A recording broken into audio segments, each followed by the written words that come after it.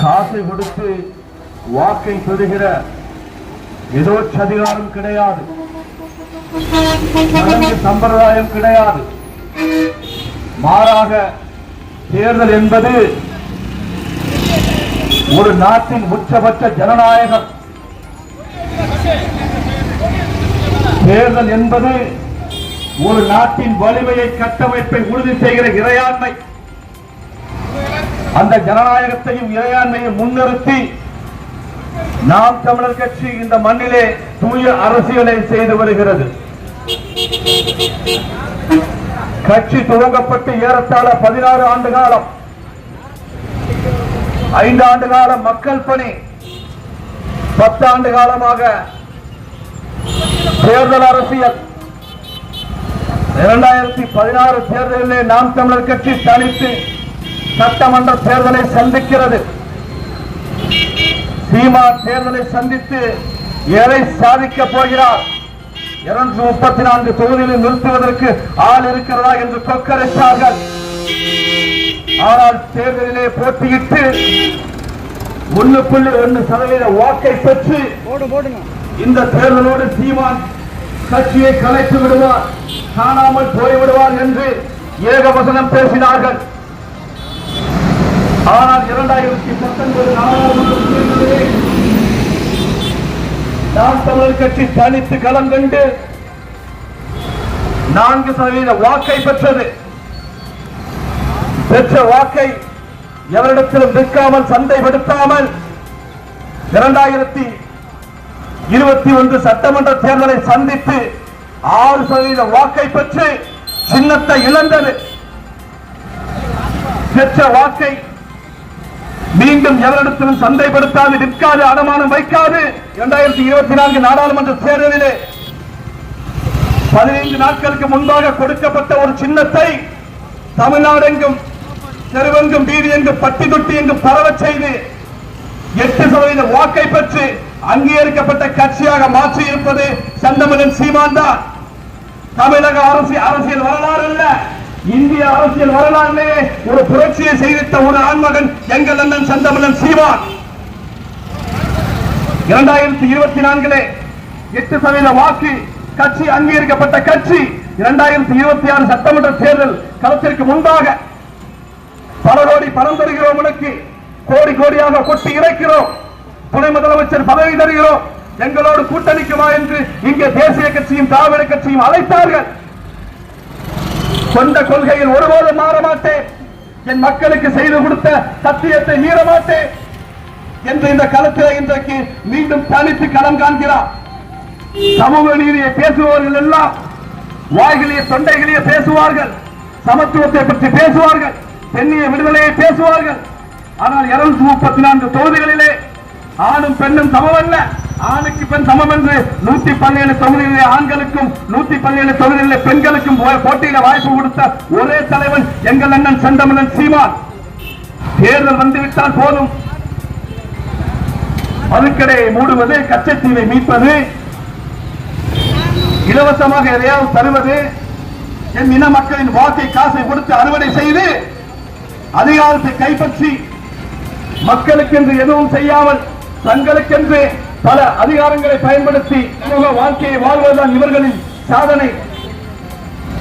தேர்தல் வந்துவிட்டால் போதும், ஏழைகளின் சின்னம் இரட்டை இலை, ஏழைகளின் சின்னம் உதயசூரியன் என்று பாட்டு பாடி வீதிக்கு வீதி வந்து விடுவார்கள்.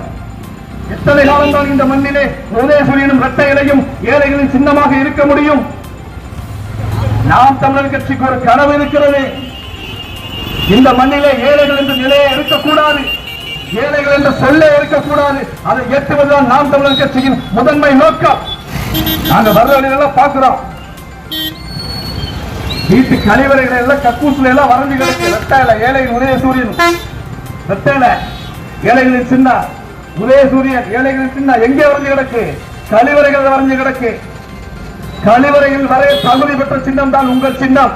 பேராவூர் தொகுதி மக்களின் இதயத்திலே எழுதப்பட்ட வரையப்பட்ட சின்னம் இந்த விவசாயி சின்னம்.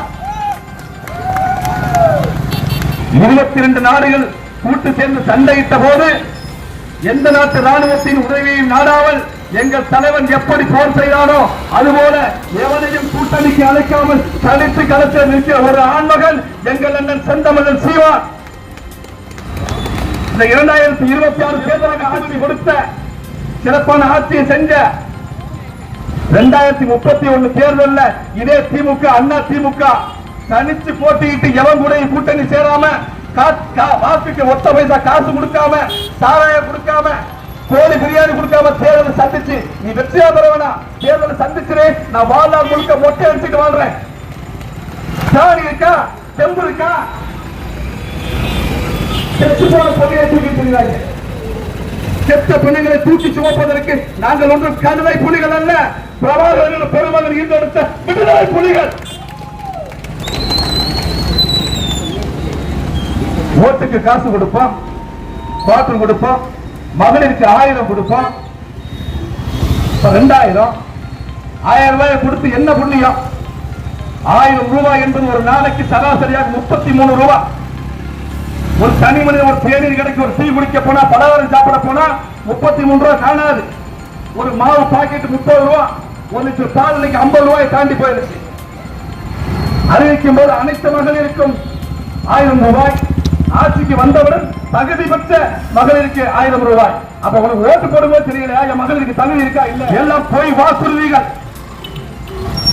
இன்றைக்கு தமிழ்நாட்டில் இருக்கக்கூடிய பள்ளிக்கூடங்களின் நிலைமை எப்படி இருக்கிறது? எங்க பார்த்தாலும் மேற்கூரைகள் பூச்சிகள் இடிந்து விழுகிறது. எத்தனை எத்தனை பள்ளி மாணவர்கள் மண்டை உடைந்திருக்கிறது தெரியுமா?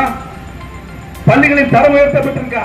டாஸ்மாகின் தரம் உயர்த்தப்பட்டு வீதிக்கு வீதி டாஸ்மாக திறந்து வைத்து பல தாய்மார்கள் சாலை அறுத்தல்தான் இவர்கள் சாதனை.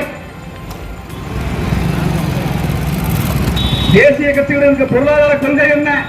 தனியார் மய கொள்கை, தாராளமய கொள்கை. தமிழ்நாட்டை ஆளுகிற திராவிட கட்சிகளின் கொள்கை என்ன? டாஸ்மாக் கொள்கை. டாஸ்மாகின் வருமானத்தை வைத்து அரசு நடத்த முடியும் என்றால் இது அரசா? இது தரிசு.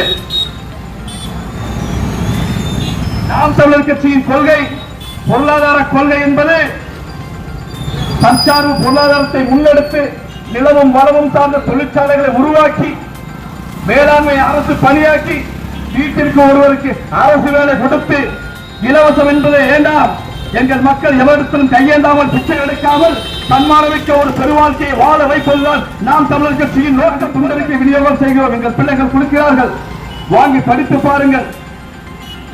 இது போன்ற ஒரு திட்டத்தோடு, இது போன்ற ஒரு நோக்கத்தோடு, இது போன்ற ஒரு லட்சிய கனவோடு இதே தொகுதியில் போட்டியிடக்கூடிய திமுக அண்ணா திமுக வேட்பாளர்கள் உங்களை சந்தித்தார்கள் என்று சொல்லுங்கள் பார்ப்போம். இந்த களத்தை விட்டு நாங்கள் வெளியேறுகிறோம். கிடையாது, காசு கொடுத்தா ஓட்டு போட்டுருவான். எத்தனை ஆண்டு காலம் நம் வீட்டிலே திருமணம் நடக்கிறது.